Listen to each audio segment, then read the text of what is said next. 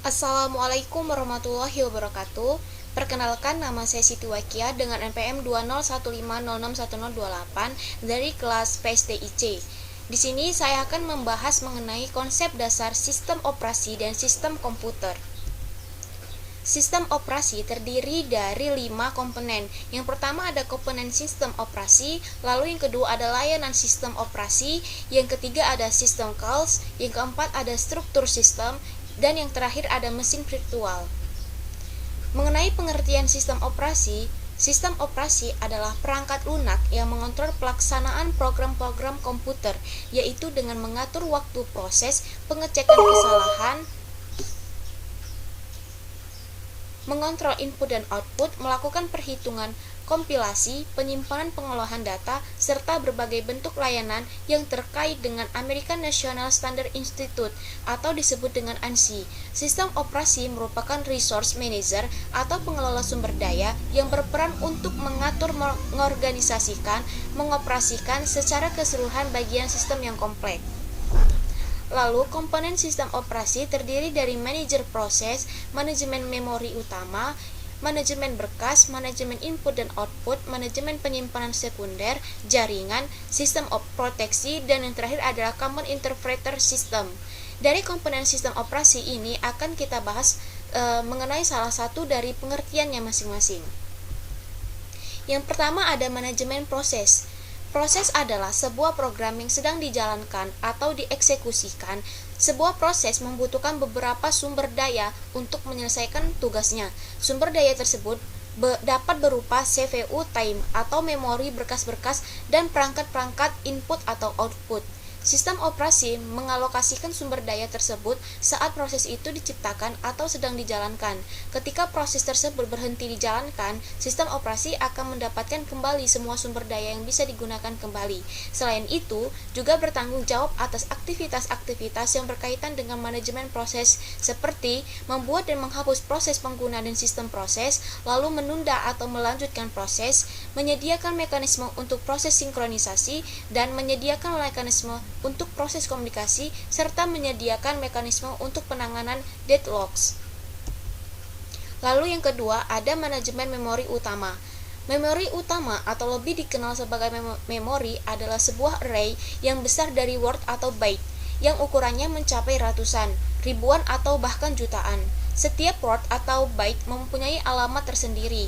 Memori utama berfungsi sebagai tempat penyimpanan instruksi atau data yang akses datanya digunakan oleh CPU dan perangkat input-outputnya. Memori utama termasuk tempat penyimpanan data yang bersifat volatile, tidak permanen, yaitu data akan hilang apabila komputer dimatikan. Bertanggung jawab atas aktivitas-aktivitas yang berkaitan dengan manajemen memori utama seperti menjaga tracks dari memori yang sedang, lalu memilih program yang akan di-load ke memori. Yang ketiga, yaitu manajemen berkas. Maksud dari manajemen berkas ini adalah kumpulan informasi yang berhubungan. Umumnya berkas mempresentasikan program dan data. Berkas dapat mempunyai struktur yang konsep atau abstrak dari berkas dengan mengatur media penyimpanan massa, misalnya tapes dan disks. Sistem operasi bertanggung jawab untuk aktivitas berikut yang berhubungan dengan manajemen berkas, seperti pembuatan dan penghapusan berkas, lalu pembuatan dan penghapusan direktori, lalu ada mendukung manipulasi berkas dan direktori, dan memetakan berkas ke secondary atau storage, yang terakhir dapat membackup berkas ke media penyimpanan yang permanen atau non-volatile. Yang keempat, yaitu manajemen input dan output. Sering juga disebut dengan device manager, yang mana menyediakan device driver yang umum sehingga operasi input atau output dapat seragam, yaitu membuka, membaca, menulis, dan menutup. Contohnya adalah pengguna menggunakan operasi yang sama untuk membaca berkas pada perangkat keras, seperti CD-ROM dan floppy disk, atau sistem input-outputnya yang terdiri dari yang pertama ada sistem buffer menampung sementara data dari atau ke peranti input atau output. Lalu yang kedua ada spooling yang melakukan penjadwalan pemakaian input atau output sistem supaya lebih efisien. Lalu ada antarmuka device driver yang umum menyediakan device driver sehingga sistem operasi dapat seragam, yaitu dibuka, dibaca, dan ditulis atau ditutup. Lalu yang terakhir ada drivers untuk spesifik perangkat keras yang menyediakan driver untuk melakukan operasi rinci atau detail untuk perangkat keras tertentu. Yang kelima ada manajemen penyimpanan sekunder. Penyimpanan sekunder terjadi karena memori utama bersifat sementara dan kapasitasnya terlalu kecil. Maka untuk menyimpan semua data dan program secara permanen, sistem komputer harus menyediakan penyimpanan sekunder untuk dijadikan backup memori utama. Contoh dari penyimpanan sekunder adalah hard disk, disket, dan lain-lain. Sistem operasi bertanggung jawab dalam aktivitas yang berhubungan dengan manajemen penyimpanan sekunder, yang terdiri dari manajemen ruang kosong, yang kedua ada alokasi penyimpanan, dan yang terakhir ada penjadwalan disk. Lalu yang ketiga ada jaringan. Sistem terdistribusi adalah kumpulan prosesor yang tidak berbagi memori atau clock. Setiap prosesor memiliki memori lokal masing-masing. Prosesor dalam sistem terhubung dalam jaringan komunikasi. Sistem terdistribusi menyediakan akses pengguna ke bermacam-macam sumber daya.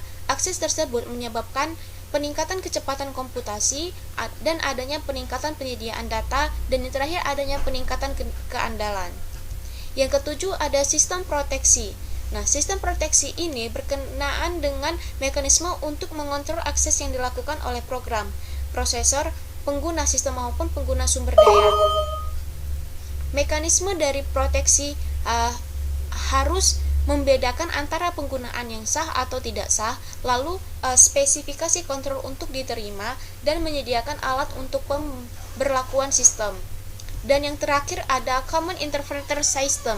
Sistem operasi menunggu instruksi dari pengguna atau common driver, program yang membaca instruksi dan mengartikan control statement keinginan pengguna, umumnya disebut sebagai Control Card Interpreter. Lalu yang kedua ada Command Line Interpreter, yang ketiga ada Unix Shell. Command Interpreter System sangat bervariasi dari satu sistem operasi ke sistem operasi yang lain dan disesuaikan dengan tujuan dan teknologi input atau output peranti yang ada. Contohnya CLI, Windows, Pen-based atau TOX, dan lain-lain. Lalu setelah itu ada juga yang namanya layanan sistem operasi.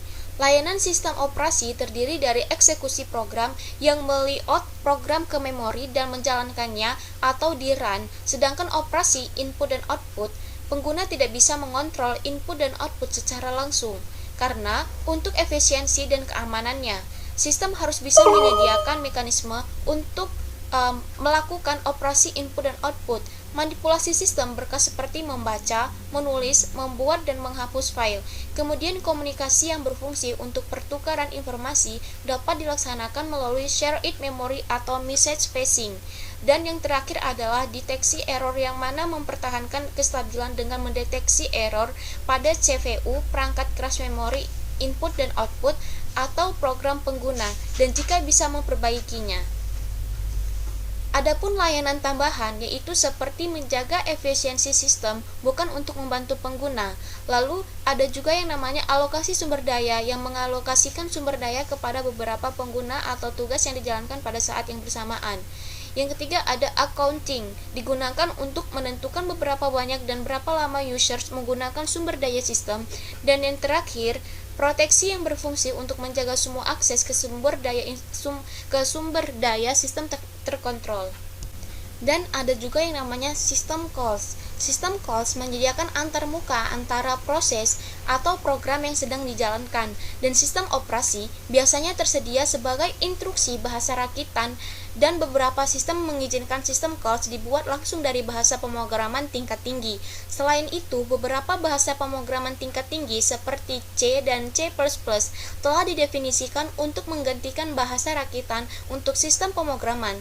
3 metode umum yang digunakan dalam memberikan parameter kepada sistem operasi. Yang pertama adalah melalui register, lalu yang kedua ada menyimpan parameter dalam blok, yang ketiga adalah menyimpan parameter push ke dalam stack oleh program dan melakukan pop-off pada stack oleh sistem operasi.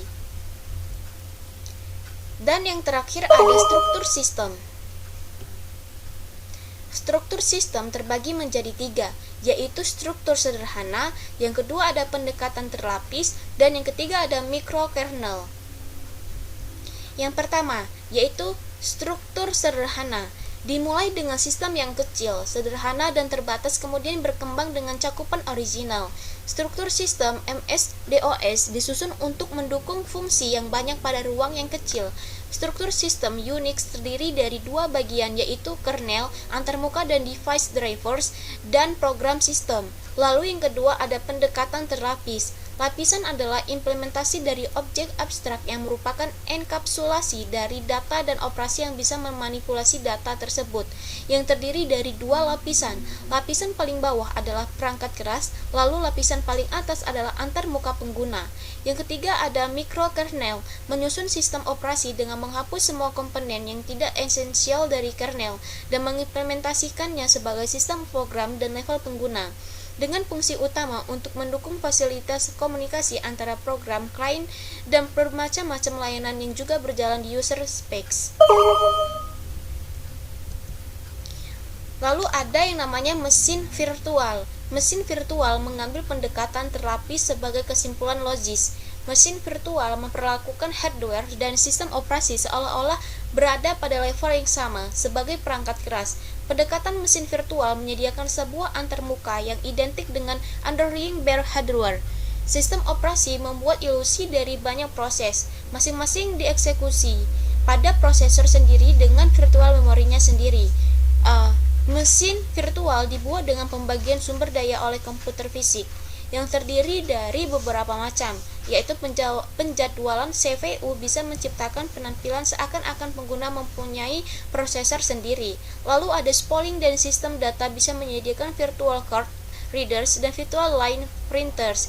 Lalu ada sebuah time sharing terminal user yang melayani sebagaimana operator konsulat. Lalu ada juga perangkat lunak virtual mesin membutuhkan ruang di dalam disk untuk menyediakan memori virtual dan spooling, yaitu sebuah disk virtual.